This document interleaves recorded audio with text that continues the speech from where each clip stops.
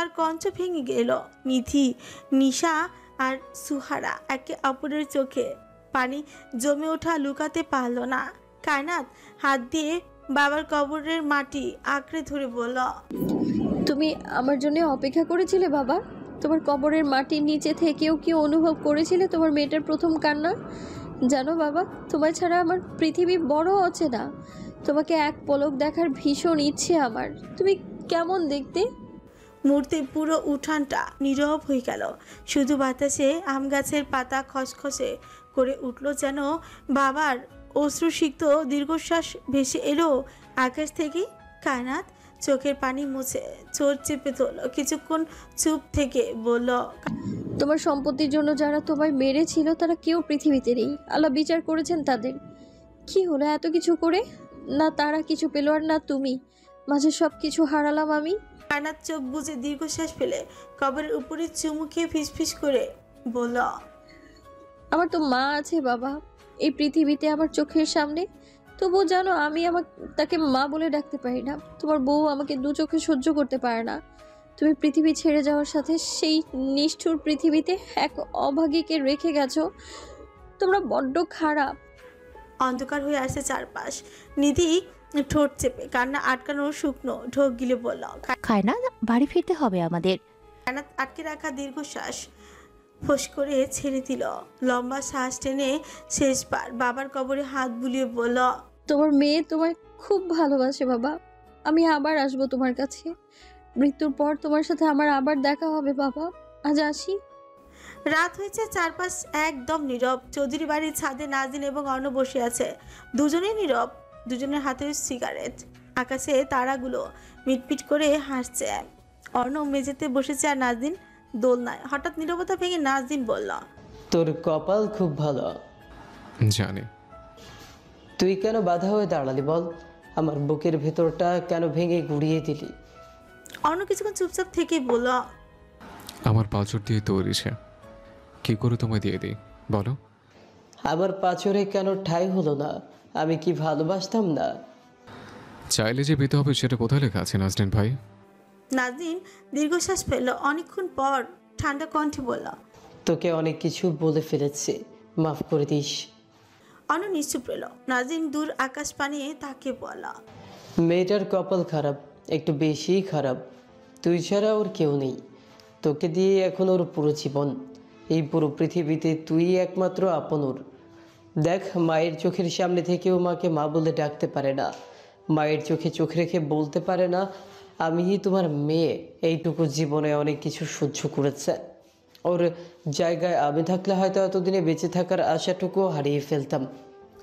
আমার করে না পেলেও তুই তো পেয়েছিস। কখনো কষ্ট দিস না ওকে। পারলে যত্ন করে বুকের মধ্যে লুকিয়ে রাখবি। দুজনের কথা থেমে এক থমথমে নীরবতা নেমে এলো। অর্ণ কোনো উত্তর করল না। উত্তর দেওয়ার মতো তার কাছে কোনো কথা নেই, কিংবা সে কথা বলতে চাইছে না। রাত পারল। অর্ণ নিজের ঘরে গিয়ে দেখলো কায়নাত বিছানার এক কোণে গুটিয়ে শুয়ে আছে, ঘুমায়নি এখনো। অর্ণ খুকু করে কেসে দরজা বন্ধ করে লাইট অফ করে বিছানার নিকট এগিয়ে গেল। কি সমস্যা তোমার? কোথায় গেছিলে বিকেলে? কায়নাত উত্তর দিল না। অর্ণ সুকুচকে ফের বলল, কথা বলছো না কেন? কোনো উত্তর এলো না। অর্ণ বেজায় রেগে যাচ্ছে। বিরক্তিকর নিঃশ্বাস ফেলে দাঁত কটমট করে বলল, ইগনোর করছো? তোলে এক আছাড় মারবো, বেয়াদব। কায়নাত উঠে বসলো। আবছা আলোয় অর্ণর গম্ভীর বদন দেখা যাচ্ছে। সে গলা শক্ত করে বলল, বিরক্ত কেন করছেন? দেখছেন না শুয়ে আছি আমি? আমি তোমায় বিরক্ত করছি? হ্যাঁ করছেন। অর্ণ আর একটা কথাও বলল না। চুপচাপ বালিশে মাথা রেখে চোখ বন্ধ করলো। কায়নাত কোলবালিশ মাঝখানে রেখে ওপাশে ফিরে শুয়ে পড়ল। সবকিছু বিরক্ত লাগছে তার। এদিকে স্বার্থরা সবাই জাগ্রত। প্রেম গুমগুম চোখে বালিশে উপর হয়ে শুয়ে আছে। শেহের বারান্দা থেকে এসে হঠাৎ বলে উঠল, প্রেমাপু, তোর বিয়ে করানোর একটা আইডিয়া বের করেছি। কথাখানা প্রেমের কানে যেতেই হুড়মুড়িয়ে উঠে বসলো, চোখ বড় বড় করে বলল, কি আইডিয়া? স্বার্থ হতভম্ব হয়ে বুকে হাত রেখে ধমক দিয়ে বলল, হাদারাম, এমন করে কে চিৎকার দেয়? আর একটু হলে কমাই চলে যেতাম আমি। ভাই প্লিজ চুপ থাকো। শের ভাই বলো তুমি। কট দিয়ে বিয়ে করবি? তাহলে কট খাইয়ে তোদের বিয়েটা দিয়ে দেব। আমার একটাই বাড়ি শের ভাই, রাস্তায় গিয়ে বকে নিয়ে থাকতে পারবো না। এছাড়া আমি কোনো উপায় খুঁজে পাচ্ছি না। তুই আজীবন কুমার হয়েই থাকবি। এইটা কোনো কথা হলো?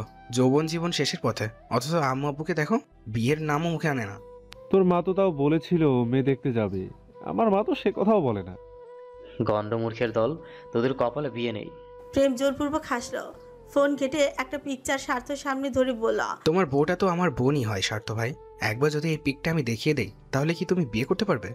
স্বার্থর মুখ শুকিয়ে এলো। হাসার চেষ্টা করেও হাসতে পারলো না। পেটের উপর হাত রেখে ধর চেপে বলল, প্রেমা, তোর বাচ্চার কসম, তোকে যদি এবার হাতে পাই। তখন মাঝরাত। চৌধুরী বাড়ির চারপাশ নিস্তব্ধতায় ঘেরা। কানাত শুয়ে আছে বিছানায়, ঘুমনি চোখে। সে উঠে বসলো বিছানায়, আর চোখে অন্যর দিকে তাকিয়ে দেখলো উপুর হয়ে গভীর নিদ্রায় তলিয়েছে লোকটা। সে গায়ের শাড়ি ঠিক করে উঠে বিছানা থেকে নেমে দাঁড়ালো। জানালার পাশের পড়ার টেবিলে গিয়ে চেয়ার টেনে বসলো। ল্যাম্প লাইট অন করে একটা ডায়েরি বের করলো। তারপর জানলা খুলে দিতে একটা হালকা বাতাস এসে ধাক্কা খেলো তার শরীরে। কায়নাত ঠোঁট কামড়ে সেদিকে তাকিয়ে দৃষ্টি রাখলো ডায়েরির পাতায়। কলম হাতে নিয়ে সেখানে কলম চালালো। জানি না কেন আজ একটা চিঠি লিখতে ইচ্ছে করছে। কাকে নিয়ে লিখছি, কেন লিখছি, কিছুই জানি না। হঠাৎ আজ রাতে মনে হলো, আমার এই পৃথিবীতে আমি আসলে কার? জন্মের দিনই আমার বাবা চলে গেলেন। আমি আলো দেখার আগেই অন্ধকার নেমে এলো আমার জীবনে। মা থেকেও আমি যেন মায়াহীন। আমার জন্মদাত্রী মা নাকি আমাকে দুধের শিশু রেখেই অন্যত্র বিয়ে করেন। এই যে আমার শ্বশুরবাড়ি, চৌধুরী বাড়ির ছোট গিন্নি সে। প্রতিদিন তাকে চোখের সামনে দেখেছি আমি, অথচ একটাবারও বলতে পারিনি, মা তুমি আমার মা। কি অদ্ভুত!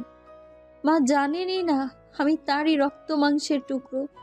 আমাকে কোলে তুলে মানুষ করেছিলেন অন্য এক নারী, এক অসাধারণ সাধারণ নারী। সে আমার মা। জন্ম না দিলেও আমি জেনে এসেছি সে আমার জন্মদাত্রী জননী মা। ভাবতেও অবাক লাগে আমার, সেই নারী আমার কথা ভেবে কখনো গর্ভে সন্তান জন্ম দেননি। আমি মানি তিনিই আমার সব, আমার আপনজন, অথচ তার স্বামী আমার জীবনের সবচেয়ে ভয়ঙ্কর নাম। প্রতি রাতে মদ গিলতো আর আমাদের গায়ে হাত তুলতো। আমার বুকের হাড় পর্যন্ত ভেঙে গেছে কতবার, মনে নেই আমার। কত রাত আমি রক্ত শুকিয়ে যাওয়ার শরীর নিয়ে বিছানার কোণে গুটিসুটি মেরে কেঁদেছি, কেউ জানেনি। কত জঘন্য ভাষার গালি মাথায় নত করে গিলে গিয়েছি আমি, তার হিসেব নেই। ওই লোককে আমি তাও বাবা বলে মানতাম, কিন্তু কখনো বুঝিনি একজন বাবা কি করে তার মেয়েকে বেশ্যা বলে গালি দিতে পারে। কখনো বুঝিনি একজন বাবা নেশা করে কেমন করে তার মেয়ে শরীরের দিকে খারাপ নজর দেয়। আমি বুঝিনি কখনো শেষ রাতে সেই মা সমান নারীও টিকতে পারলেন না, দড়ি বেয়ে উঠে গেলেন আকাশে। আমি মাটিতে বসে তার পা জড়িয়ে হাউমাউ করে কেঁদেছিলাম। মনে হচ্ছিল এই পৃথিবীটা আমায় একেবারে গিলে ফেলেছে। ওই একজন মানুষ ছাড়া আমাকে বুকে আগলে রাখার মতো কেউ ছিল না। মাথায় হাত বুলিয়ে সেই নারীই বলতো, বাবা রাগ করে মারধর করেছে, কষ্ট পাস না মা, আমি আছি না, যখন কষ্ট হবে তখন মায়ের বুকে এসে লুকিয়ে থাকবি। আমি তাই করতাম। বাবার এত অত্যাচারের পরেও কখনো মুখ ফুটে কিচ্ছু বলিনি। মামারা যাওয়ার পর শুরু হলো নতুন দুঃস্বপ্ন। আমার বাবা নাকি ঋণ করেছিলেন লাখ লাখ টাকা। মা দড়ি দেওয়ার পর বাবা পালিয়ে গেলেন গ্রাম ছেড়ে। সেই টাকার বিনিময়ে আমাকে চাইলো এক 40 বছরের লোক। আমি তখন 15 বছরের কিশোরী। গ্রামবাসীর সামনে আমায় বিক্রি করার মতো করে দাঁড় করানো হলো। কি লজ্জা, কি যন্ত্রণা! আমি চিৎকার করেছিলাম, কেউ শুনলো না। উল্টো কলঙ্ক লাগলো আমার ওই পবিত্র গায়ে। ওই লোকটা আমার শরীর ছুঁয়েছিল। সেই মুহূর্তে আমার মনে হয়েছিল এই বুঝি শরীরটা ধারালো ছুরি দিয়ে কেটে ফেলি। সেদিন চৌধুরী বাড়ির কর্তা আমায় তুলে নিয়ে এলেন টাকার বিনিময়ে, বাঁচালেন সেই নোংরা মানুষগুলোর হাত থেকে। ভেবেছিলাম এই বুঝি বাঁচলাম, কিন্তু এখানেও আমার কোনো আশ্রয় নেই। দায়িত্বের বোঝা হয়ে আমি বউ হলাম এক সংসারের, তাও আবার সেই নোংরা কলঙ্ক লাগিয়ে বিয়ে দেয়া হলো এক অচেনা পুরুষের সাথে। সেই স্বামী আমাকে মানলই না। স্বামী আছে, সংসার আছে, অথচ আমার ভেতরে এক অদ্ভুত শূন্যতা। আমি যেন কোথাও নেই, কারো নই আমি। কেন যে কারো হতে পারলাম না আল্লাহই ভালো জানেন। এই বাড়িতে একজন পুরুষ আছে, শ্যামবর্ণের একজন পুরুষ, নাম নাজনীন চৌধুরী। লোকটা ভীষণ ভালো, আমাকে নিজের থেকেও বেশি ভালোবাসেন। এত ভালোবাসা বোধহয় আমার কপালে ছিল না। তিনি ভালোবেসে আমার নাম দিয়েছিলেন রাগিনী রানী। ভীষণ আদুরে সেই নাম, অথচ আমি ওই লোকটাকে ভালোবাসতেই পারিনি। পাপী হয়ে প্রত্যাখ্যান করেছি তাকে। আমি কি করে গ্রহণ করব তার ভালোবাসা? আমি যে তার ভাইয়ের বউ। আর তার ভাইকেই আমি ভালোবেসেছি এমন একটা মানুষকে যার কোনো অনুভূতি নেই। মাঝে মধ্যে মনে হয় লোকটা বুঝি আমায় একটু একটু ভালোবাসতে শুরু করেছে, কিন্তু আসলেই কি তাই? আজ আমি লিখছি কারণ যন্ত্রণায় বুক ফেটে যাচ্ছে আমার। আজ বাবার কবর দেখে এলাম, ছুঁয়ে এলাম বাবার অস্তিত্বকে। আমি জানি না আমি আসলে কাকে বলবো আমার কষ্টের গল্প। আমি জানি না কে আমাকে নিজের বলে ডাকবে।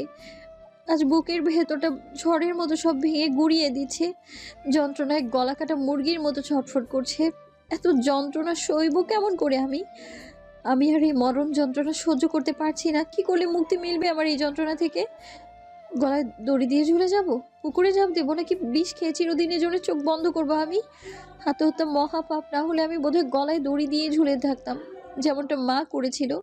আমি আজ ভীষণ ক্লান্ত, ভীষণ। আমি শুধু জানি আমি নিঃস্ব, একা। আমি অদৃশ্য এক অস্তিত্ব, যাকে কেউ চায় না, হয়তো কখনো চাইবেও না। কায়নাত সুবা, এক অভাগী নারী। চৌধুরী বাড়ির বাগানে আতিয়া বেগম ভোরবেলা মুরগিগুলোকে খাবার দিয়ে বাগানে খালি পায়ে হাঁটছিলেন। হাতে তসবি নিয়ে বেরুজ বেগম রান্না ঘরে ভাবিদের সাথে মিলে কাজ করছেন। বাড়ির পুরুষেরা মসজিদে গেছেন, বাচ্চারা হয়তো ঘুমাচ্ছে। তখন কান্নাত বের হলো সদর দরজা দিয়ে। মাথায় আজ কাপড় নেই, কালো শাড়ির আঁচল কাঁধে পড়ে আছে, লম্বা চুলগুলো বিনুনি গাঁথা। আতিয়া বেগম কানাতের এহেন রূপ দেখে অবাক হলেন। কানাত আতিয়া বেগমের দিকে এগিয়ে যেতে তিনি বললেন, তোর মাথায় কাপড় কই বুড়ি? বাড়িতে কত পুরুষ মানুষ জানিস না? এখন তো বাড়িতে কেউ নেই দাদি। মাথার কাপড় টান, তোর দাদারা চলে আসবেন। কায়নাত মাথা কাপড় টানল, বাগানের দোলনায় গিয়ে পা ঝুলিয়ে বসে বলল, পাশে এসে বসো। আতিয়া বেগম পাশে গিয়ে বসলেন। কায়নাত দাদির কাঁধে মাথা রেখে দীর্ঘশ্বাস ফেললো। দাদি বলল, নামাজ পড়েছিস? শরীর খারাপ দাদি। ওহ, কি হয়েছে? মন খারাপ কেন? কায়নাত দাদির এক হাত ছড়িয়ে ধরে বলল, আমি হারিয়ে গেলে তুমি আমায় মনে রাখবে? আতিয়া বেগম ঠোঁট চেনে হেসে দোয়া পড়লেন। কায়নাতের কথার জবাব না দিয়ে দোয়া পড়ে কায়নাতের মাথায় ফু দিয়ে বললেন, তোকে ভুলি কি করে বুড়ি? যদি হারিয়ে যাই? খুঁজে বের করব। যদি না পাও? আমিও হারিয়ে যাব। কায়নাত খিলখিল করে হেসে উঠল, পা ঝুলিয়ে বাগানের ফুল গাছগুলোর দিকে তাকিয়ে বলল, কিছু ফুল ছিঁড়ে মায়ের কবরের কাছে দিয়ে আসি দাদি। যা। কায়নাত বাগান থেকে লাল চুকচুকে 3টে গোলাপ শাড়ির আঁচলে পাপড়ি একত্রে করে পুকুরের নিকট এগিয়ে এলো। কবরের উপর সেগুলো ছিটিয়ে দিয়ে বলল, জানি ফুল গাছেই সুন্দর, কিন্তু আমার মায়ের পাশে একটু বেশিই সুন্দর। কায়নাত সোজা হয়ে দাঁড়ালো, বলল, ঢাকা চলে যাব, তোমার সাথে আবার কবে দেখা হবে জানি না মা। পেছন থেকে আতিয়া বেগম গলা ছেড়ে বললেন, গল্প শেষ হলে তাড়াতাড়ি আয়। কায়নাত ধীর পায়ে প্রস্থান করলো। বাগান পেরিয়ে নাজদিন মাথার টুপি খুলে সদর দরজার দিকে এগিয়ে যাচ্ছে। হঠাৎ দাদি আর কায়নাতে দেখে সে থামল। দাদি নাজদিনকে দেখে বললেন, তোর দাদা কই? আসছে, একটু দেরি হবে। আতিয়া বেগম মাথা নাড়লেন। কায়নাত মাথার কাপড় ঠিক করে আর চোখে নাজদিনের দিকে তাকিয়ে বলল, তোমরা মসজিদে যাওয়ার সময় তোমার ভাইকে নিয়ে যেতে পারো না? তুমি থাকতে আমি রাখবো কেন? আমার কথা উনি শুনবেন? একবার বলেই দেখো। বাড়িতে ঢুকলেন সবাই। নিশা হাত মুখ ধুয়ে ভোর সকালে পড়তে বসেছিল। চা খাওয়ার জন্য সিঁড়ি বেয়ে নিচে নেমে এলো। হাসানের বউ ফারিয়া রান্নাঘরে শাশুড়িদের সাথে। কায়নাত বাড়িতে ঢুকে দেখলো নিশা সোফায় পা উঠিয়ে বসে বেহরুজ বেগমকে মা মা বলে চিৎকার করছে। তখনই বেহরুজ বেগম রান্নাঘর থেকে বেরিয়ে এলেন। কি হয়েছে? একটু চা বানিয়ে দাও আম্মু। বেহরুজ বেগম নিশার এলোমেলো চুল ঠিক করে দিয়ে বললেন, দেখছি সকালের নাস্তা করে প্রেমের কাছে পড়তে যাবি। তোর টিচার কল করেছিল আমাকে, কালই যেতে হবে ঢাকা। বেহরুজ বেগম রান্নাঘরে ঢুকলেন। নিশা ফোন হাতে নিয়েই আর চোখে কায়নাতের দিকে তাকালো। কায়নাত শুকনো ঠোক গিরে ধীরে এগিয়ে এলো নিশার কাছে, ওর পাশে বসে বলল, আম্মু তোমায় অনেক ভালোবাসে না? নিশা গাল ভরে হাসলো, পা নাচিয়ে বলল, ভাইয়ারদের থেকেও বেশি। কায়নাত জোরপূর্বক ঠোঁট চেনে হাসলো। ঘাড় ঘুরিয়ে রান্নাঘরের দিকে তাকিয়ে দেখলো দরজার সামনে লতা বেগম সবজি কাটছেন বসে বসে, মুখে হালকা হাসি। হেসে হেসে হয়তো তাদের সাথেই কথা বলছেন। সে লম্বা শ্বাস টেনে বলল, সত্যি তুমি ভাগ্যবতী। কি হলো তোমার? এমন কথা বললে কেন? কানাত পিছু ঘুরে সিঁড়ির দিকে এগিয়ে যেতে যেতে বলল, কিছু হয়নি আপু। কানাত চলে গেছে উপরে। নিধি নিচের একটা ঘর থেকে পানির ডালা বের করে নিয়ে আসছে। পেছনে রাহেলা বানু। নিধি ডালা নিয়ে বাড়ির বাইরে যেতে রাহেলা বানু নিশার পাশে এসে বসলেন। বেরুজ বেগম তখন বের হলেন রান্নাঘর থেকে। নিশাকে চায়ের একটা কাপ আর কফির 6টা কাপ একটা ট্রেতে দিয়ে বললেন, চা নিয়ে বাকি 6টা ভাইদের দিবি। নিশা ও রাহেলা বেগমের কথা শোনার ভয়ে হুড়হুড় করে উঠে দাঁড়ালো। ফোন জিন্স প্যান্টের পকেটে রেখে ট্রেতে নিয়ে হাঁটা ধরলো সামনে। রাহেলা বানু মুখ বাঁকিয়ে নিধিকে উদ্দেশ্য করে চিৎকার করে বলেন, ওই নিধি, কই গেলি? তাড়াতাড়ি পান নিয়ে আয়, দাঁত কিরমির করতেছে আমার। দুপুর গড়াবার পরপরই অনরা বাড়ির বাইরে গেছে। শুধু আয়মান নাক থেকে ঘুমাচ্ছে এখনো। চৌধুরী বাড়ি থেকে কিছুটা দূরে একটা ঘাট আছে, কোনো মানুষ নেই, তবে শান্তি আছে। নদীর পাশে ঘাসে ভরা একটা বড় পরিষ্কার ক্ষেত আছে। ওরা সবাই গিয়ে সেখানে বসলো। সার্থক ফ্রিকুজকে আশেপাশে তাকিয়ে বলা, গরিব এলাকা, একটা সিগারেট কিনতে পারলাম না, দোকানই নেই। প্রেম পাশ থেকে সিরিয়াস ভঙ্গিমায় বলল, নেশাখোর ছেলের সাথে আমার বোনের বিয়ে দেবো না। সিগারেট খেতে হলে আমার বোনকে ছাড়তে হবে। বিয়ের পর সিগারেট খাবো কেন? বিয়ের পর তো। সে স্বার্থর মুখ চেপে ধরল। অনুকটমট করে স্বার্থর দিকে তাকিয়ে দাঁত চাপলো। স্বার্থ খুক করে কেসে উঠলো, নাক মুখ কুচকে বলল, আগে তো আমার কথা শুনবি নাকি? বিয়ের পর তোর বোনের হাতের খুন্তি দিয়ে 3 বেলা মার খাবো। শালির যে মেজাজ, কথায় কথায় ছেদ করে ওঠে, ঠিক ভাইয়ের মতোই। খুন্তি না, তোমাকে তো গরম তেলে চুবিয়ে রাখা উচিত দাদি। স্বার্থ প্রেমকে পাতা না দিয়ে অন্যদিকে তাকিয়ে গলা পরিষ্কার করে বলল, বলছিলাম যে তোর মতো তো আমিও বুড়ো হয়ে যাচ্ছে। তোর বোনকে বিয়ে দিবি কবে? যৌবন শেষে বিয়ে করে কি করব? অন গম্ভীর মুখে নদীর পানির দিকে তাকিয়ে আছে। চারপাশে হালকা অতল মিষ্টি বাতাস। অন চোখ বন্ধ করে লম্বা শ্বাস টানলো।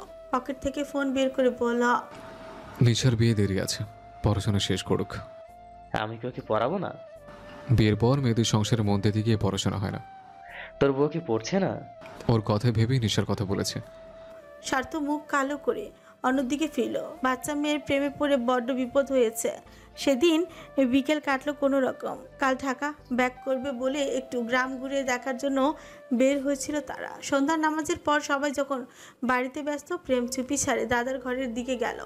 এই সময় দাদি ঘরে থাকেন না। প্রেম গলা পরিষ্কার করে দরজা নক করতে ভেতর থেকে আজগর চৌধুরী বললেন, কে? আমি প্রেম। এসো। কিছু? প্রেম দরজা ঠেলে ঘরে প্রবেশ করলো। ভেতরে মাসফিক চৌধুরী বাবার পাশে বসে আছেন। প্রেম নাক ছিটকালো বাবাকে দেখে। ফুস করে নিঃশ্বাস ফেলে এগিয়ে গেল পালঙ্কের কাছে। দাদার পাশে বসতে তিনি বললেন, বলবে প্রেম? প্রেম বাবার চোখে চোখ রেখে যেন ইশারা কিছু বুঝিয়ে দিচ্ছে। মাসফিক চৌধুরী ফ্রিকোজকে অন্যদিকে ফেললেন। প্রেম দাঁত চেপে দীর্ঘশ্বাস ফেলে একদমই বললেও, দাদা, আমি নিধিকে পছন্দ করি, ওকে বিয়ে করতে চাই, আর সেটা কাল ঢাকায় যাওয়ার আগে। এখন আপনি বিয়ে না দিলে আমি ওকে তুলে নিয়ে যাব। আপনি রাজি থাকলে এখনই ডেকে আনবো কাজে। এখন বলুন, আপনি কি রাজি? আজগর চৌধুরী বিস্মিত হতভম্ব হয়ে প্রেমের দিকে তাকালেন। মাসফিক চৌধুরী মোটেও চমকালেন না। তিনি জানতেন এই হতচ্ছাড়া আজকে এই কথাই বলেই ছাড়বে। আজগর চৌধুরী খানিকক্ষণ পর বলেন, তুমি আমায় বিয়ের প্রস্তাব দিলে নাকি কবিতা শোনালে? অবশ্যই, নিধির হাত চেয়েছি আমি। বলুন বিয়ে দেবেন কিনা, নাহলে ভাইয়ের মতো কর দিয়ে বিয়ে করবো। ওকে? মাসফিক চৌধুরী থমকে উঠলেন। প্রেম অসহায় চোখে বাবার দিকে তাকিয়ে বলল, তাহলে তোমরাই বলো, কি করলে আমার বিয়েটা দিবে? তোমার ঘরে যাও প্রেম, এসব নিয়ে আর কথা বলতে চাই না। কিন্তু দাদা, আমি ওকে ভালোবাসি। যাও এখান থেকে। প্রেম উঠে দাঁড়ালো। দরজার দিকে যাওয়ার আগে দৃঢ় কণ্ঠে বলে গেল, আপনি রাজি না থাকলে আমি আমার মত চেঞ্জ করবো না দাদা। প্রেম ঘর থেকে বেরিয়ে গেল। আজগর চৌধুরী সেদিকে তাকে দীর্ঘশ্বাস ফেললেন। রাতের খাবার শেষ করে কায়নাত ঘরে গিয়ে প্রয়োজনীয় সব কিছু গুছিয়ে রাখছিল। কাল দুপুরের পরই হয়তো বের হবে তারা।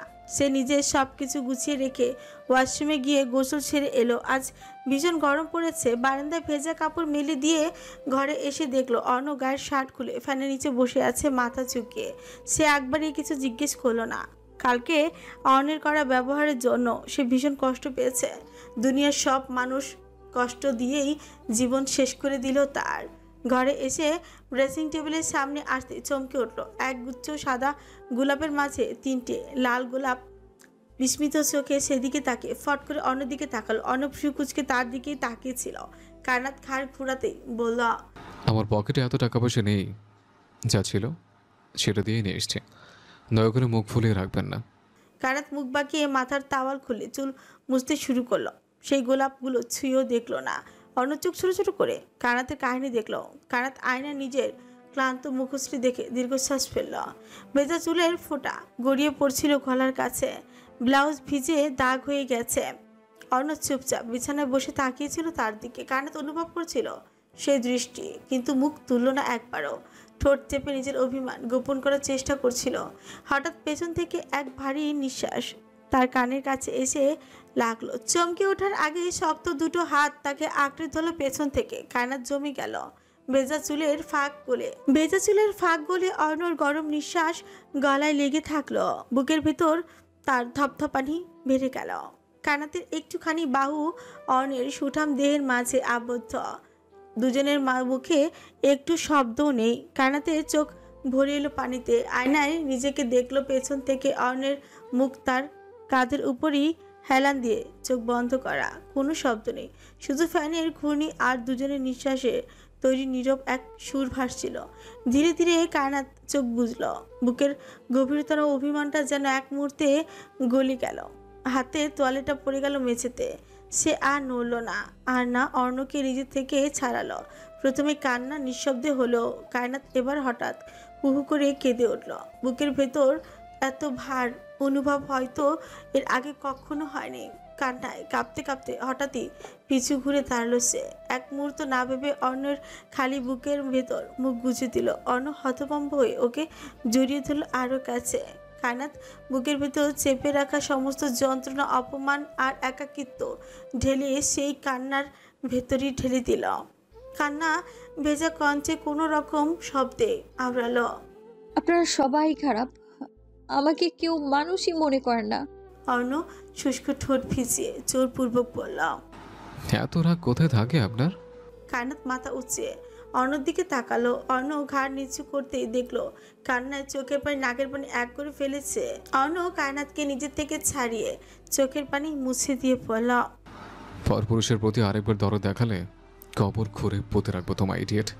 রাতের আধারে চারপাশ আগে অন্ধকারে ছেয়ে গেছে। ঘরের ফ্যানের হালকা বাতাসে কায়নাতের লম্বা চুলগুলো হালকা দোল খাচ্ছে। কায়নাত আর অর্ণ মুখোমুখি হয়ে বসে আছে পালঙ্কে। কায়নাতের কোলের উপর অর্ণের দেয়া এক গুচ্ছ সাদা গোলাপ। কায়নাত সেই ফুলগুলোর দিকে তাকিয়ে অর্ণের চোখে চোখ রাখলো, ছোচে কাপন রেখেই বলল, আপনার ওই চোখে চোখ রাখার সাহস আমার কখনো হয়নি, কখনোই না। তবে আজকাল মনে হয় আপনার চোখে চোখ রেখে আমি শেষ নিঃশ্বাস অবধি বেঁচে থাকতে পারবো।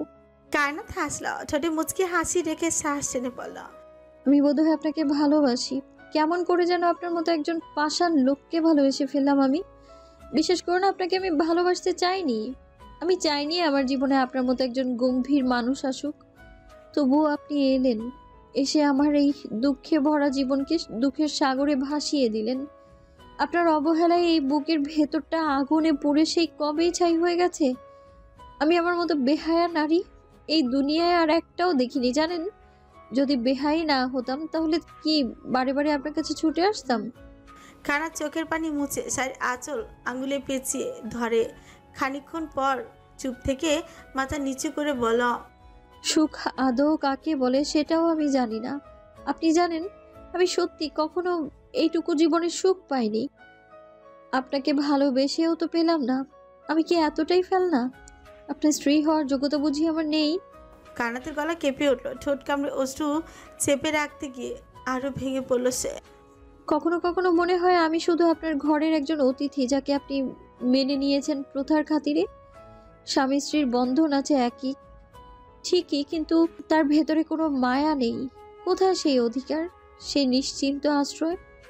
কায়নাত হঠাৎ মুখ তুলে তাকালো অর্ণের দিকে, গলায় ক্ষীণ অথচ কড়া কম্পন। আমি আপনার কাছে ভালোবাসা চাইনি, আমি কেবল স্ত্রী হিসেবে একটু স্বীকৃতি চেয়েছিলাম। অথচ আপনি আমাকে এমনভাবে দূরে সরিয়ে রেখেছেন যেন আমি আপনার জীবনে শুধু একটা বোঝা।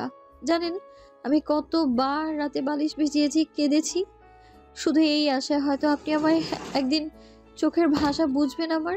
কিন্তু আপনি তো আমার চোখের ভাষা বোঝার চেষ্টাই করেননি কখনো। আপনার নীরবতা আমার বুক চিরে ছুরি চালায় প্রতিনিয়ত।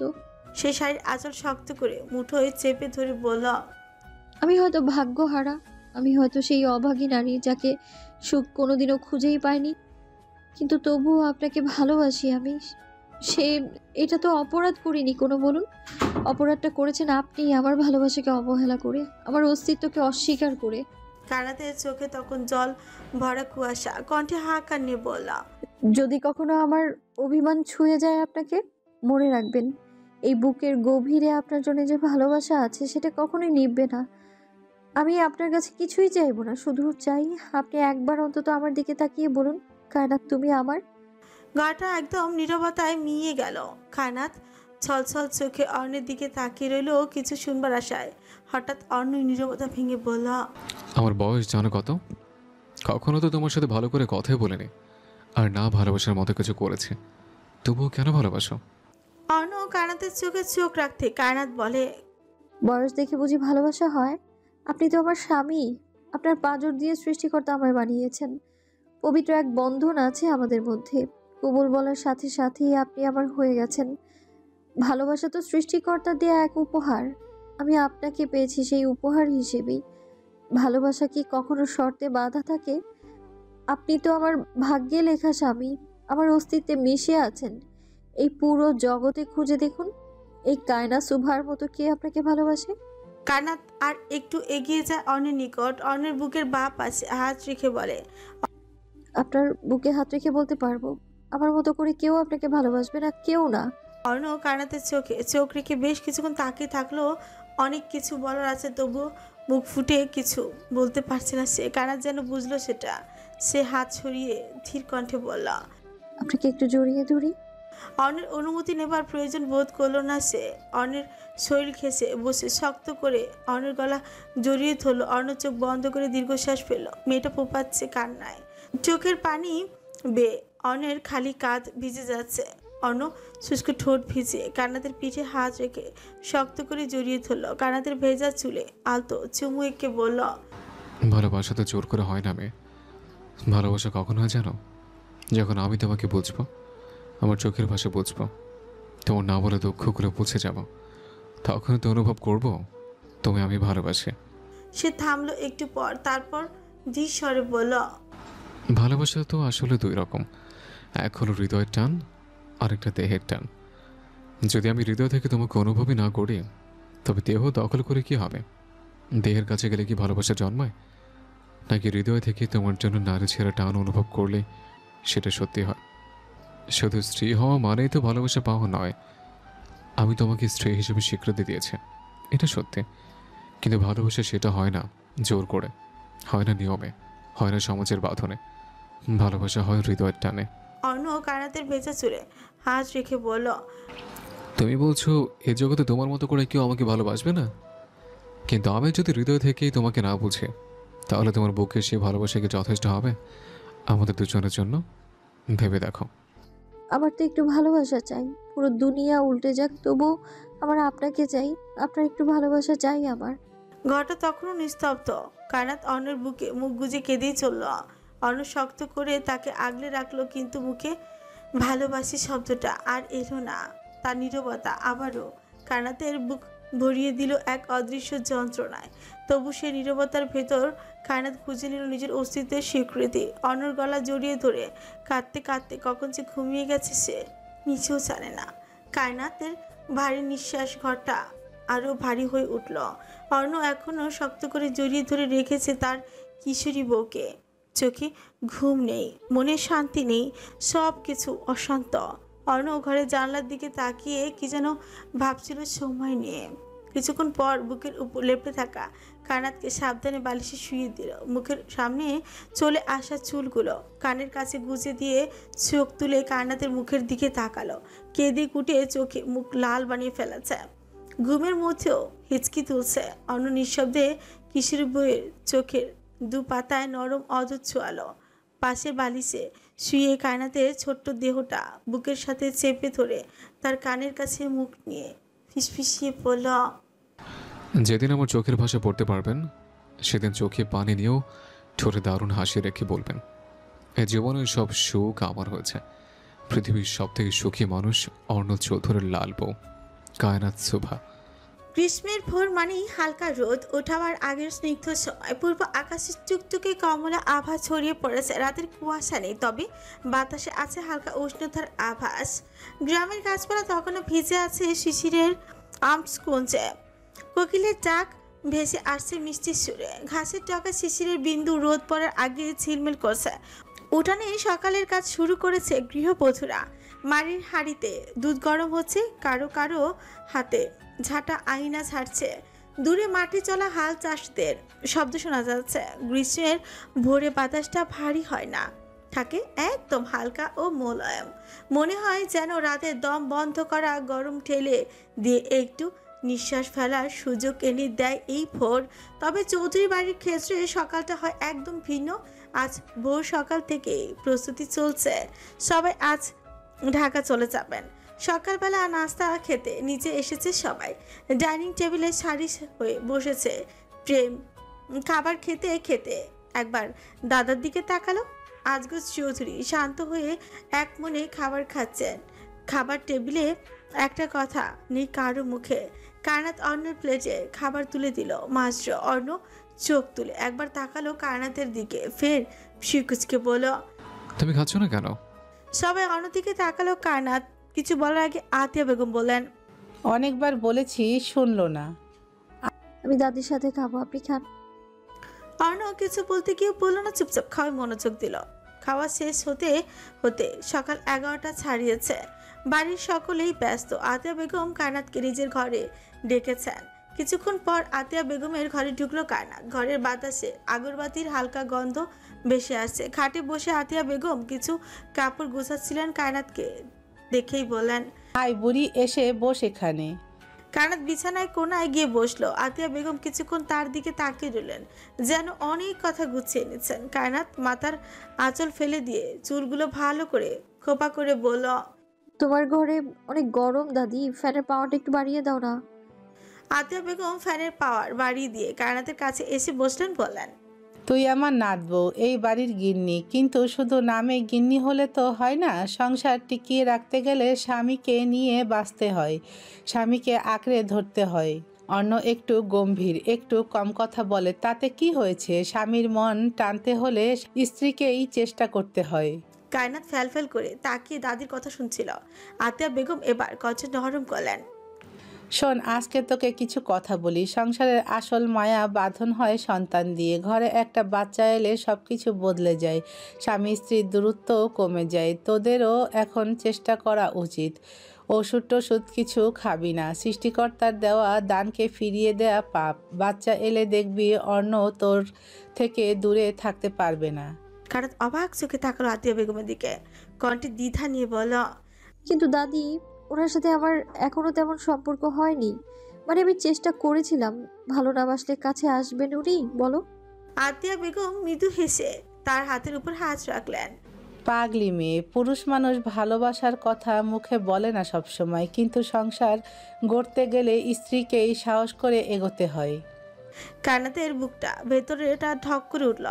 কি উত্তর দেবে বুঝতে পারল না। আতিয়া বেগম উঠে দাঁড়ালেন। কাপড় ভাঁজ করা কাপড়গুলো আলমারিতে তুলতে তুলতে বললেন, একটু সময় নিতেই পারিস?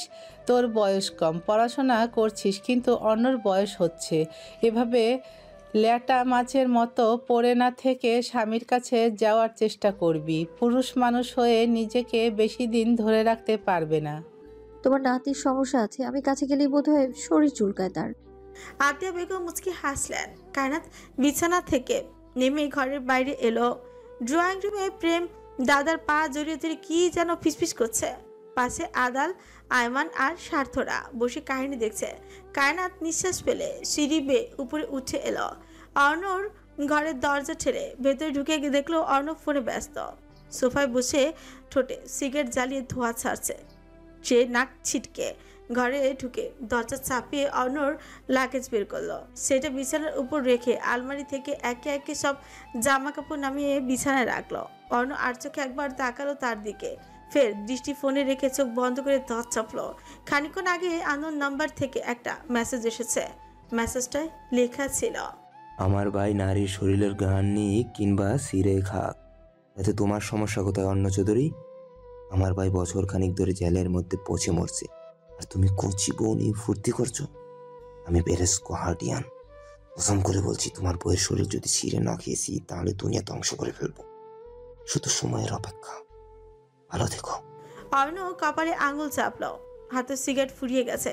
আরেকটা জ্বালাতেই কায়নাত সামনে থেকে ঝাড়ি মেরে বলল, লাট সাহেব সিগারেট খাওয়ার হলে বাইরে গিয়ে খান, ঘর অপবিত্র কেন করছেন? অর্ণ বিরক্ত হলো, দাঁত কটমট করে কায়নাতের দিকে তাকিয়ে বলল, কলিজা চলে যাচ্ছে আমার, আর তুমি সিগারেট নিয়ে পড়ে আছো, ইডিয়েট। আশ্চর্য লোক তো আপনি। কলিজা জ্বলছে মানে? আপনার কলিজা কি চুল্লি যে সবসময় জ্বলে? তুমি কি প্রতিটা কথায় খোঁচা না দিলে শান্তি পাও না? আপনি কি প্রতিটা কথায় রাগ না করলে শান্তি পান না? তোমার সাথে কথা বললে মাথা ব্যথা শুরু হয়। আমারও ঠিক তাই হয়। আপনার সাথে কথা বললেই বুক ধড়ফড় করে, ভয় হয় কখন গম্ভীর লাট সাহেব আমাকে খেয়ে ফেলেন। অর্ণ নীরবে তার দিকে তাকিয়ে রইল, মুখে কিছু বলল না। না বললো চোখে এক অদ্ভুত ঝলক খেলে গেল। কায়নাত মুখ ফিরিয়ে ব্যাগে কাপড় গোছাতে গিয়েও বিড়বিড় করে বলল, এমন ভাব ধরে যেন একেবারে দুনিয়ার সবচেয়ে দুঃখী মানুষ সে, অথচ আমিই তো আসল দুঃখী। কথা থামাতে পারবে? না, পারবো না। থামালে শ্বাস বন্ধ হয়ে যাবে। অর্ণ এবার বিছানার দিকে এগিয়ে গিয়ে কাপড় গোছাতে থাকা কায়নাতের হাত থামিয়ে দিল। এক মুহূর্ত চোখে চোখ রাখতে কায়নাত অপ্রস্তুত হয়ে গেল। অর্ণ তার খড়খড়ে ডান হাত কায়নাতের গালে রেখে শিউ নাচিয়ে বলল, কে যেন বলছিলে? শরীর শিউরে উঠল মেয়েটার। ফটর ফটর মুখটা মুহূর্তে চুপসে গেল। কথা শেষ? হ্যাঁ তো না বকব করতে পারো, এখন কি হলো? কায়নাত দাদির বলা কথাগুলো মনে করে সাহস করে অর্ণর চোখে চোখ রাখল। শুক্র ঠোক গেলে গালে রাখা হাতটা সরিয়ে নিজের কোমরে রাখতে অর্ণর চোখ আকারে বড় বড় হয়ে যায়। হাতে বোধহয় একটু কম্প ধরেছিল। কায়নাত বলল, জামাইয়ের সামনেই তো ফটর ফটর করবো, না হলে ভালোবাসা জমবে কি করে? অর্ণ পলক পিটপিট করে ঠোঁট বাঁকিয়ে হাসল। কায়নাতের কোমর শক্ত করে চেপে ধরে বলল, তাই নাকি? ভালোবাসা বাড়াতে চাচ্ছ? কায়নাত এক মুহূর্ত দম নিল, বুক ধরফর করছিল আছে, অথচ চোখে স্পষ্ট সাহস। হঠাৎ সে হাত বাড়িয়ে অর্ণর গলা জড়িয়ে ধরল, পা ভর করে উঁচু হলো হালকা, চোখ দুটো বন্ধ করে ধীর কাপা ঠোঁট রাখলো অর্ণর ঠোঁটে। অর্ণ অবাক, বিস্ময়, শরীর কেঁপে উঠল। কিছু বলার আগেই মেয়েটার অধর তার ঠোঁটে মিশে গেছে। কায়নাতের বুকে নিঃশ্বাস গরম হয়ে এসে গালে লাগছে। অর্ণর হাত থমকে গেল, তারপর আস্তে আস্তে শক্ত করে আঁকড়ে ধরল তার কোমর। কায়নাতের শরীর শিউরে উঠল অর্ণর প্রতিক্রিয়া। এ যেন তার বহুদিনের দমিয়ে রাখা আকাঙ্ক্ষার জবাব। ঠোঁট আলগা করতে ফিসফিস করে বলল, দেখলেন তো, ভালোবাসা জোর করে হয় না ঠিকই, কিন্তু একটু সাহস করলে বাঁধন ঠিকই তৈরি হয়। অর্ণ স্থির দৃষ্টিতে তাকিয়ে রইল তার দিকে, ঠোঁট হালকা বাঁকা, চোখে বিস্ময় আর অদ্ভুত এক কোমলতা। ধীরে ধীরে কায়নাতের চিবুকে আঙুল তুলে মুখটা ফের নিজের দিকে চেঁচে নিল। এবার আর দ্বিধা করলো না, সে নিচে ঝুঁকে এলো কায়নাতের ছোঁচে। কায়নাতের বুক কেঁপে উঠল, যেন এই পৃথিবীর সব স্বপ্ন মিলেমিশে গেছে এই এক মুহূর্তে। লজ্জায় গাল দুটো লাল হয়ে এলো।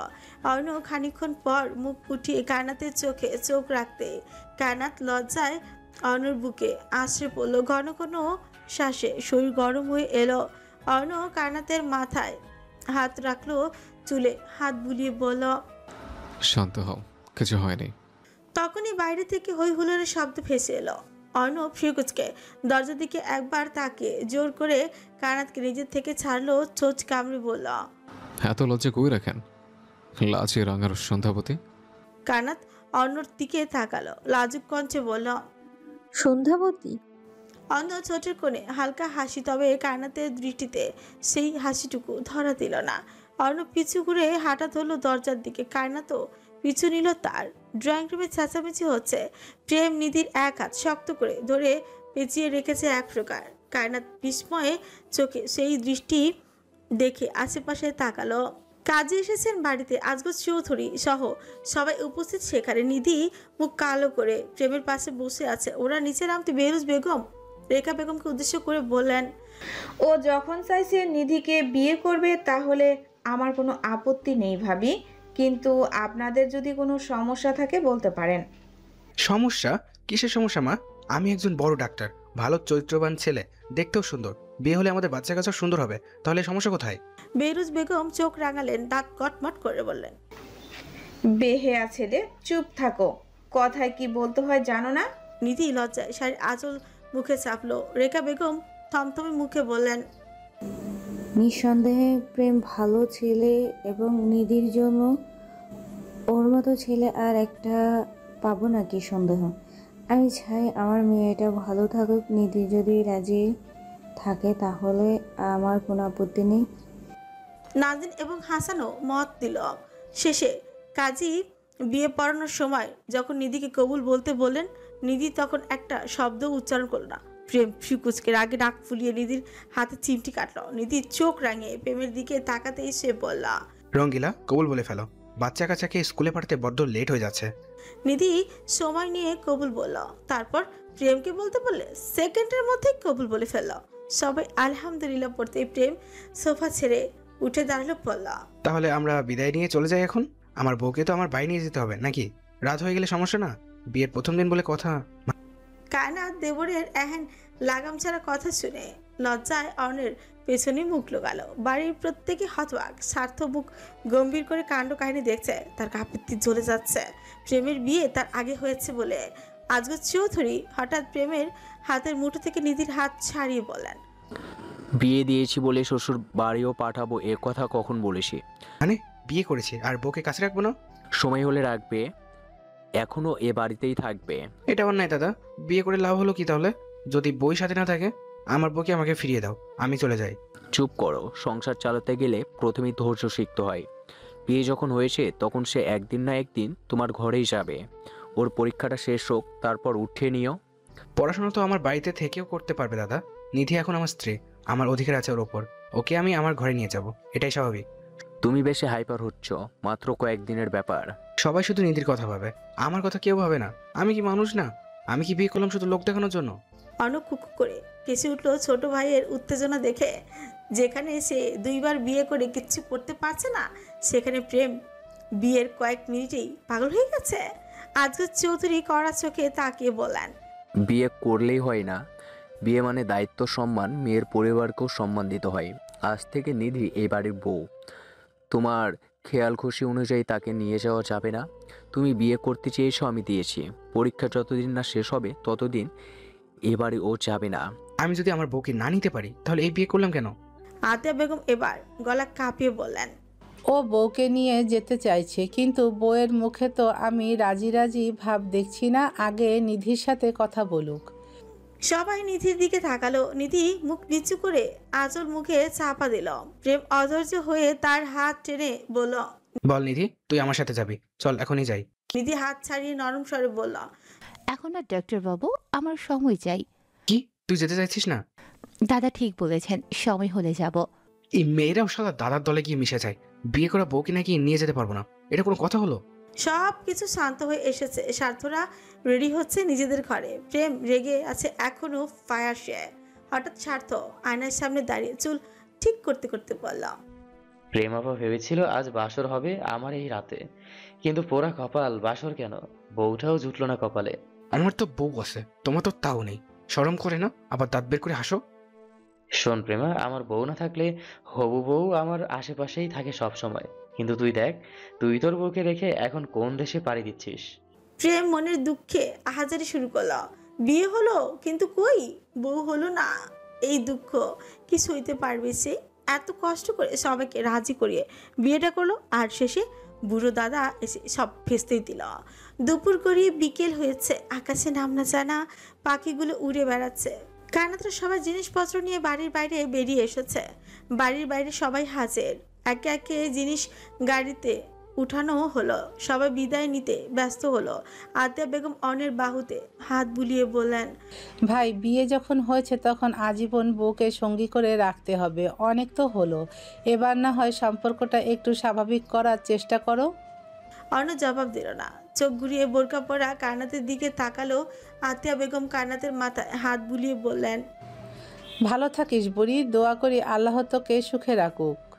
কায়নাত হঠাৎ লতা বেগমের দিকে আর চোখে তাকিয়ে বলল, অভাগীরা আবার ভালোও থাকে দাদি। ভুলেও যদি একটু সুখ আসে তাও ভিখারির মতো চেয়ে নিতে হয়। সুখ তাদের জন্য তো বিলাসিতা, আর সেই বিলাসিতা অভাগীদের মানায় না। সুখটা যেন সব সময় দূরের তারার মতো, ছুতে গেলেই হারিয়ে যায়। যার কপালে অভাব লেখা তার জীবনে ভালোবাসাও ঋণ হয়ে আসে। সুখের দরজা খোলার আগেই ভাগ্য যেন তালা মেরে দেয়। কপাল যখন ফাটা হয় তখন ফুলের ছোঁয়াতেও কাটার খোঁচা লাগে। দুঃখে ভরে এই জীবনটাকে যখনই একটু রঙিন করতে চাই, ঠিক তখনই সময় এসে যেন আমার বুকের ভেতর থেকে রঙগুলো ছিনিয়ে নিয়ে যায়। আমি তো জন্ম থেকেই শুধু খোঁচা খেয়েছি, কাটা বুকে বেঁধে বেঁচে আছি আমি। সুখ যেন আমার কাছে সব সময় অপরিচিত এক অতিথি, হাসে, হাসি দেখায়, আর এই মুহূর্তের মধ্যেই আবার চলে যায়। আতিয়া বেগম যেন কথা বলতে ভুলে গেলেন। অর্ণব চুপচাপ কান্নাতের কথা শুনল। খানিকক্ষণ পর আতিয়া বেগম নরম গলায় বললেন, একদিন তুইও সুখী হবি, তোর জীবনও রঙে রঙিন হবে, ধৈর্য ধর। পাশ থেকে প্রেম নিধির এক হাত ধরে সবার সামনে বলে উঠল, আজ যাচ্ছি বলে ভাববি না আর আসবো না। তোর ঠ্যাং যদি আমি না ভেঙেছি তাহলে মনে রাখিস আমার নাম প্রেম না, বাটপার বউ। নিধি আর চোখে সবার দিকে তাকে হাত মোচড় দিয়ে বলল, বিয়ে করে জামাইকে অস্বীকার করে? অসভ্য পুরুষ, লাজ লজ্জা কিছু নেই নাকি? হাত ছাড়ুন আমার। প্রেম হাত ছাড়ার বদলে নিধিকে টেনে ধরে গাড়ির দিকে নিয়ে যেতে লাগলো। আজগর চৌধুরী সামনে এসে নিধিকে ছাড়িয়ে নিয়ে বলেন, বেয়াদব ছেলে, বাড়াবাড়ি করলে আগামী 10 বছরও বউকে পাবে না তুমি। প্রেম অসহায় মুখ করে দাদার দিকে তাকিয়ে বলল, তোমার জন্য আমার বাচ্চা কাছের মুখ থেকে বাপ ডাক শুনতে বড্ড দেরি হয়ে যাবে দাদা। এই অন্যায় আমি সইতে পারবো না। খোলা আকাশের নিচে নিশা বসে আছে স্বার্থর সাথে। সামনে বড় পুকুর, নিশার হাতে চিপস। স্বার্থ সামনে দৃষ্টি রেখে হঠাৎই বলল, 2 দিন হয়েছে খুলনা থেকে ফিরেছি, অথচ এই 2 দিন একদিনও আমার সাথে দেখা করলি না। কঞ্চে অভিমান স্পষ্ট। নিশা ঠিক বুঝলো। সে মুচকি এসে ঘাড় ঘুরিয়ে স্বার্থর দিকে তাকিয়ে বলল, তুমি এত কিউট কেন? বাচ্চাদের মতো কথা বলো, শরম করে না? আমি বাচ্চাদের মতো করি? সরল নাটক করবি না। নিশা খিলখিল করে হেসে উঠল। স্বার্থ দাঁত কটমট করে বলল, এই যে এই হাসির জন্যই আজ ফেসে গেছি নেশার বাচ্চা। আর কয়জনকে ভাসাতে চাইছিস? চুপ কর। নিশা ঠোঁটের উপর আঙুল চেপে ধরে বলল, এত ভালোবাসা আমি কোথায় রাখবো? স্বার্থ নিশার দিকে ফিরল, ভ্রু কুচকে নিশাকে ভালো করে দেখে শান্ত গলায় বলল, তোকে খুব ভালোবাসি। আমি বাসি না। স্বার্থ দীর্ঘশ্বাস পেল। সামনে দৃষ্টি রেখে পেছনে হাত ভর দিয়ে বলল, তোর লাইফ সবে শুরু হয়েছে, পড়াশোনায় মন দে, বাইরে বেশি ঘুরঘুর করবি না, নিজের যত্ন নিতে শেখ। হঠাৎ এই কথা?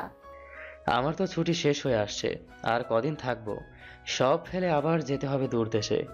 নিশার মুখটা শুকিয়ে গেল। স্বার্থ এক হাত শক্ত করে জড়িয়ে ধরে বলল, দেশে কি ভালো একটা জব নিতে পারছো না?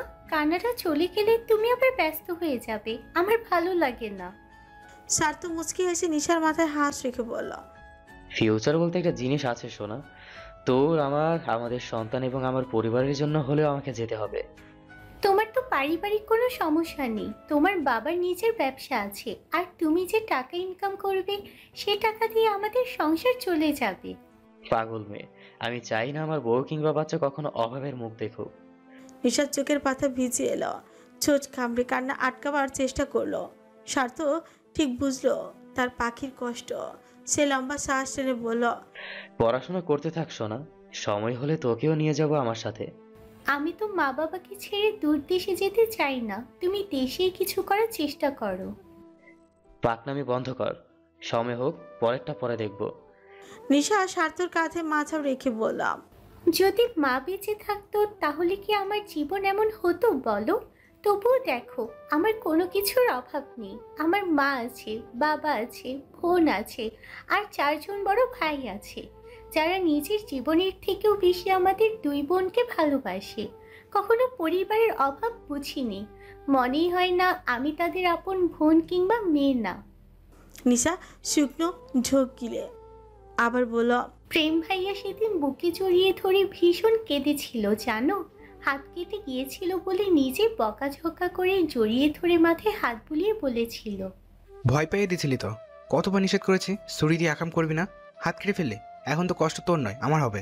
তারপর মাথায় চুমু এঁকে শান্ত গলায় বলল, আমরা যদি তোর জন্য পাহাড়ের মতো দাঁড়াতে না পারি তাহলে ভাই হওয়ার মানে কি? তুই ভুলেও ভাবিস না তুই একা, তোর জন্য প্রেম এখনো বেঁচে আছে আর থাকবে শেষ নিঃশ্বাস পর্যন্ত। সেদিন কেঁদেছিলাম বলে এ কথা বলেছিল। মা বাবার কথা আর আলাদা করে কি বলবো, বাবা তো আমার জন্য পাগল। নিশা ফুপিয়ে উঠলো, সার্থকে শক্ত করে জড়িয়ে ধরে বলল, ওদের রেখে কোথায় যাব আমি?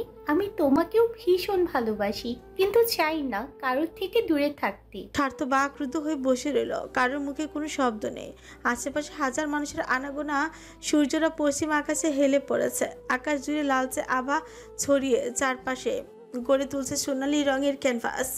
পুকুরের জলে সেই রং ছড়িয়ে পড়ে, ঝিকমিক করছে, যেন আগুনের শিখা দুলছে ঢেউয়ের সাথে। গাছের পাতাগুলো বিকেলের আলো ঝিলমিল করছে। পাখিরা দল বেঁধে ঘরে ফিরছে, কোথাও শাড়ি, কোথাও চুড়ি ডানা ছাপড়াচ্ছে। চারপাশে মানুষের কোলাহল থাকলেও বিকেলের আলোয় সবকিছু কেমন এক শান্ত সৌন্দর্যে ডুবে আছে। স্বার্থ আর নিশার কথার পিছে কথা বললো না, শুধু ছোট্ট করে উত্তর দিল, আমি আছি পাশে। ব্যস্ত শহরের প্রত্যেকটা মানুষ ব্যস্ত। ও সন্ধ্যা নেমেছে বেশ কিছুক্ষণ আগে। প্রেম হসপিটালে একটা কাজে গ্রাউন্ড ফ্লোরে এসেছিল। লিফটে ওঠার একটু আগেই দেখা হলো হিয়ার সাথে। প্রেম চল শক্ত করে তাকে দেখে হিয়া বলল, মানা করবেন না, শুধু কিছুক্ষণ কথা বলবো। আপনার সাথে আমার কোনো কথা নেই মিস হিয়া, অলরেডি আপনার জন্য আমি ভীষণ যন্ত্রণায় আছি। লাস্ট রিকোয়েস্ট প্লিজ, নিধিকে নিয়েই কথা বলবো। নিধি? 13 তলার করিডোরে এসে বসলো ওরা। হিয়া মাথা নিচু করে কথা গুছিয়ে নিল। প্রেম গম্ভীর মুখে বসে আছে এখনো। হিয়া সময় নিয়ে বলল, অ্যাকচুয়ালি আই লাভ ইউ। জানি না এটা কি ভালোবাসা বলে নাকি অন্য কিছু, তবে আমার ফিল হয় আমি আপনাকে বোধহয় ভালোবাসি। নিধির সাথে একদিন হসপিটালে দেখা হয়েছিল, ওর সাথে বেশ কিছুক্ষণ কথাও বলেছিলাম। ওর কথা শুনে এটাও বুঝেছিলাম সে আপনাকে ভালোবাসে, তাই আমি ওর অনুভূতি কন্ট্রোল করার জন্য কিছু মিথ্যে কথা বলেছি। আমি সব জানি, কিন্তু এমন ধরনের ফালতু কথা না বললেই পারতেন। আপনার কিছু কথার জন্য মেয়েটা আমার সাথে ভালো করে কথা বলে না। ও ভেবেছে সত্যি আমি আপনাকে ভালোবাসি। দুঃখিত, পারলে ক্ষমা করবেন। আপনাকে ভালোবেসেও পেলাম না, এই আফসোসটা হয়তো সারা জীবন আমার বুকের ভেতর পাথরের মতো চেপে থাকবে। ভালোবাসা তো চাইনি আপনার প্রতিশ্রুতি, শুধু চেয়েছিলাম আপনার পাশে দাঁড়িয়ে একটু শান্তি খুঁজতে। কিন্তু বিশ্বাস করুন, যতদিন বাঁচব ততদিন মনে হবে আমি আপনাকে হারাইনি, আপনিই আমাকে হারিয়েছেন। ভালোবাসার মতো পবিত্র জিনিস নিয়ে আফসোস করব না কখনো, শুধু আফসোস করব আমার ভালোবাসার মানুষটা আমার হলো না। ভালো থাকবেন, আর মনে রাখবেন হিয়া নামের একটা মেয়ের মনে আপনি নামক এক অসুখ বেঁধেছিল তার হৃদয়ে। হিয়া পিছু করলো। প্রেম ফিরেও তাকালো না সেদিকে, মাথা নিচু করে ফ্লোরের দিকে তাকিয়ে রইল। অসত্যি লাগছে সব কিছু। সে উঠে দাঁড়ালো। বাড়ি ফেরার সময় হয়েছে। সে দরকারি সব কিছু নিয়ে হসপিটাল থেকে বেরিয়ে বাড়ির উদ্দেশ্যে রওনা হলো। রাত 9টার দিকে কায়নাত বেজা চুলগুলো শুকাচ্ছিল। ঘন চুলগুলো সব উঠে যাচ্ছে। উদাস মনে বলল, চুলের মতো জীবনের দুঃখগুলো পালিয়ে যেতে পারিস না? হতচ্ছাড়া, জীবনটা ভাজা বাদাম বানিয়ে ছাড়লো অসহ্য। নিশা বিছানায় উপর হয়ে শুয়েছিল। কায়নাতের কথা শুনে বলল, এত রেগে আছো কেন? আমার কথা রাখো, সামনে তোমার পরীক্ষা আর তুমি এই ঘরে বসে আছো কেন? পড়তে ভালো লাগে না, পড়তে গেলেই ঘুম ধরে, মাথা ব্যথা করে, পেট ব্যথা করে, চোখ ব্যথা করে, বলতে গেলে জয়েন্টে জয়েন্টে ব্যথা করে। পড়তে গেলেই তো তোমার শরীরে ব্যথা শুরু হয়। এমন যদি হতো পড়াশোনা বাদ দিলে সুস্থ হয়ে যাবে, তাহলে এখনই বইগুলো জানালা দিয়ে ছুঁড়ে ফেলতাম। সত্যি? তাহলে পড়াশোনা বাদ দিলে আমার বিয়ে দিয়ে দেবে তোমরা, তাই না? আমি কি করতাম সেটা আমি জানি না, কিন্তু তোমার ভাই মানে 4 ভাই থাপ্পড় মেরে তোমার চাপা ঠিকই ভাঙতো। আহারে, বইয়ের সাথে যুদ্ধ করতে করতে মরে গেলেও কেউ বলেন না আমার সোনা বোন কত কষ্ট করে, শুধু বলে পরীক্ষা পরীক্ষা পরীক্ষা। জীবনটা পরীক্ষা কেন্দ্র। ঠিক বলেছ, জীবনটা পরীক্ষার কেন্দ্র, আর আমরা দুজনই সেই পরীক্ষার চিরকালীন ফেল করে স্টুডেন্ট। দুজনে খিলখিল করে হেসে উঠল। ঘরের মধ্যে মুহূর্তেই যেন ছোট্ট আলো ছড়িয়ে পড়ল। ঠিক তখনই অর্ণ দরজার সামনে এসে দাঁড়ালো। অফিস থেকে ফিরেছে সে, কপালে ভাঁজ ফেলে। দুজনে কাণ্ড দেখে গম্ভীর স্বরে বলল, কি সমস্যা? তুই বাদর মিলে আমার ঘর নোংরা করছিস কেন? দুজনেই হকচকিয়ে উঠে দরজার দিকে তাকালো। নিশা হুড়মুড়িয়ে উঠে বসলো, বিছানায় দিকে তাকিয়ে বলল, নোংরা করেছি? বিছানার চাদরটা একটু ভাঁজ পড়েছে, এটুকুই তো। অন্য ঘরে প্রবেশ করলো, চোখ ছোট ছোট করে কানাতের দিকে তাকিয়ে বলল। কোথায় গিয়েছিলে আজ? কানাত আর চোখে নিশার দিকে তাকিয়ে শুকনো ঠোক কিল। নিশার ঠোঁট কামড়ে নিঃশব্দে বিছানা থেকে নেমে ঘর থেকে বেরিয়ে গেল। কানাত সেদিকে তাকিয়ে আশ্চর্য হলো ভীষণ। ধরিবাজ, ভাইয়ের ধরিবাজ বন কেমন ফাঁসিয়ে কেটে পড়লো। কানাত খুকু করে কেসে উঠলো, এদিক ওদিক তাকিয়ে কথা এড়িয়ে বলল, আজকে ভীষণ গরম পড়েছে, আপনার কি গরম লাগছে না? তাড়াতাড়ি গিয়ে গোসল করুন, যান। অনন্ত ঝুঁকে এলো কানাতের দিকে ফিউচিয়ে কানাতের কান টেনে ধরে বলল। কোথায় গিয়েছিলে আজ? ব্যথায় মেয়েটা ছটফটিয়ে উঠল, চোখ বন্ধ করে বলল, আল্লাহ, আমার কান ছিঁড়ে গেল রে, কান ছাড়ুন। আগে বলো। নিশাপুর সাথে বাইরে গিয়েছিলাম একটু। পাহারা দিতে? অনন্ত ছেড়ে দিল ওকে। কানাতের মাথায় হালকা চাপড় মেরে বলল, মাথা মোটা, যাওয়ার জায়গা পাওনি? আমার কি দোষ? স্বার্থ ভাইয়াই তো নিয়ে গেল। অনন্ত দীর্ঘশ্বাস ফেলে জামা কাপড় নিয়ে ওয়াশরুমে ঢুকলো। খানিকক্ষণ পর ফ্রেশ হয়ে বের হয়ে বিছানায় ল্যাপটপ নিয়ে বসলো। আজ শিয়াব খানের সাথে কথা হয়েছে তার। টাকা নিয়ে ঝামেলা করে অর্ণ মামলা করেছে তার নামে। প্রথমে মাসফিক চৌধুরী বিশ্বাস করেনি এই কাজ শিয়াব খানই করেছে, কিন্তু অর্ণ সমান দেখাতে আর কথা বলেনি তিনি। দুজনের ডিল ক্যান্সেল হয়েছে। পুরো প্রজেক্ট এখন চৌধুরী কোম্পানির। অর্ণ মাসফিক চৌধুরীকে আপাতত এই একটা প্রজেক্ট নিয়েই ফোকাস করতে বলেছে, কারণ এর পেছনে কোটি কোটি টাকা ইনভেস্ট করা হয়েছে। অর্ণ ইমেল চেক করে দেখলো তার কানাডা যাওয়ার ডেট চলে এসেছে। সামনে মাসের শেষে ফ্লাইট। কানাত বিছানার কিনারায় বসে চুল আঁচড়াচ্ছে। হঠাৎ আয়নার সামনে তাকিয়ে নিজের গাল ফোলাতে ফোলাতে বিড়বিড় করে বলল, অর্ণ, বিয়ের কতগুলো মাস কেটে গেল, অথচ এখনো কাউকেই তো সুসংবাদ দিতে পারলাম না। কবে যে আমার পেটে একটা পুচকুসোনা আসবে, পেটে একটু বড় হবে, সবাই বলবে কায়নাত মা হতে চলেছে। অর্ণ বিছানার অপর কোণে ল্যাপটপে কিছু টাইপ করছিল। কানে কথাগুলো পৌঁছতেই হাত থেমে গেল কিবোর্ডে। আস্তে আস্তে মাথা ঘুরিয়ে কানাতের দিকে তাকালো। গম্ভীর চোখে ঝুলে পড়া চোয়াল যেন পৃথিবীর সবচেয়ে অদ্ভুত কথা সে এখন শুনছে।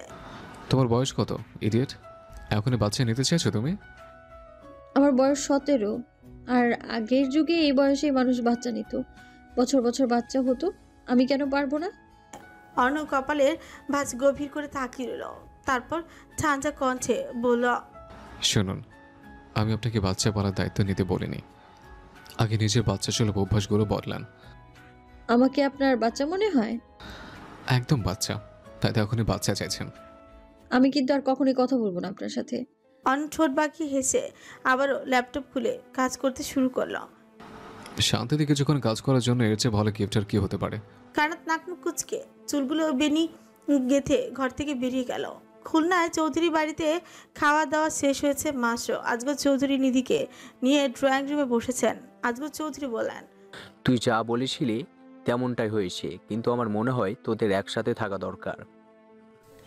তোমাকে তো সব বলেছি দাদা, তুমি খুব ভালো করেই জানো সব।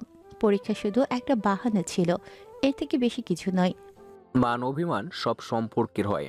আমি যেতে দেইনি তার মানে এই নয় সত্যি সত্যি তোকে ওখানেই রাখবো। নিধি শাড়ির আঁচল দিয়ে মুখ মুছে বলল, আমি আসলে ওনাকে এড়িয়ে চলতে চেয়েছিলাম। ওনার পরিচিত একটা মেয়ে আছে, নাম হিয়া, ভালো সম্পর্ক তাদের। ওই মেয়েটার সাথে আমার কথা হয়েছিল এবং ওই মেয়ে বলেছিল তাদের মধ্যে সম্পর্ক আছে। ডক্টরবাবু মাঝে মধ্যে প্রেমিকা নিয়ে কথা বলতো। আমি ভেবেছি হয়তো সত্যিই তাই। খুলনায় আসার পর ডক্টরবাবুর ব্যবহার একদম পাল্টে গেল। সব কিছুতে বোঝাতে লাগলেন তিনি আমায় ভালোবাসে। কিন্তু দাদা, তুমিই বলো, এত কিছুর পর আমি কিভাবে বিশ্বাস করতাম তিনি সত্যি আমায় ভালোবাসে? ভুল বোঝাটা কি স্বাভাবিক ছিল না? শেষে জানতে পারলাম হিয়া মেয়েটা যা বলেছিল সব কিছুই মিথ্যে। আমি একটাবারও ডক্টরবাবুকে এসব নিয়ে কিছু জিজ্ঞেস করিনি, করতামই বা কী করে? ওই দিনের করা ব্যবহার আমি কিছুতেই ভুলতে পারিনি, তাই তো এত দূরে সরে থেকেছি। নিধি দীর্ঘশ্বাস ফেলে বলল, নিধি শেষে উনি জেদ ধরে বিয়েটা করলেন। আমি ভাবিনি উনি এতটা পাগলামি করবেন। আমি চাইলেই তার সাথে যেতে পারতাম, কিন্তু সত্যি আমার একটু সময় চাই। দাদার হাত ধরল, ঠোঁটে দারুণ হাসি টেনে বলল, আমি বলছি তুমি দেখো, ডাক্তারবাবু দুদিনও ঢাকা থাকতে পারবে না। এবার অভিমান নয়, ভালোবাসায় মরিয়ে রাখবো। আজগর চৌধুরী মুচকি হাসলেন, নিধির মাথায় হাত রেখে বললেন, সংসার মানে শুধু একসাথে থাকা নয়, সংসার মানে ত্যাগ, মানিয়ে নেওয়া, গুছিয়ে নেওয়া এবং ধৈর্যের ধারা। প্রেম ভালো ছেলে এবং আমার বিশ্বাস সে তোকে ভালো রাখবে। মান অভিমান ভুলে সব নতুন করে শুরু কর। নিধি মুচকি হাসলো। খানিকক্ষণ আগে প্রেমের সাথে তার কথা হয়েছিল, তেমন কোনো কথা হয়নি। প্রেম নিজেই বকবক করেছিল। নিধি লম্বা শ্বাস টেনে সিঁড়ি বেয়ে নিজের ঘরে এলো। দরজা লাগিয়ে পড়ার টেবিল থেকে প্রেমের নামে লেখা ডায়েরিটা বের করে প্রথমে পাতা উল্টালো। সেখানে প্রেমে রেখে যাওয়া একটা চিঠি আছে। হাসান ভাইয়ের বিয়ের দিন সুহার হাতে এটা দিয়েছিল সে। সুহার মনে ছিল না চিঠি দিতে, কালই এটা পেয়েছে সে। নিধি লাজুক হাসল। চিঠির পাতা খুলে ধরতে তার ডাক্তারবাবুর কিছু লেখা চোখের সামনে ভেসে উঠল।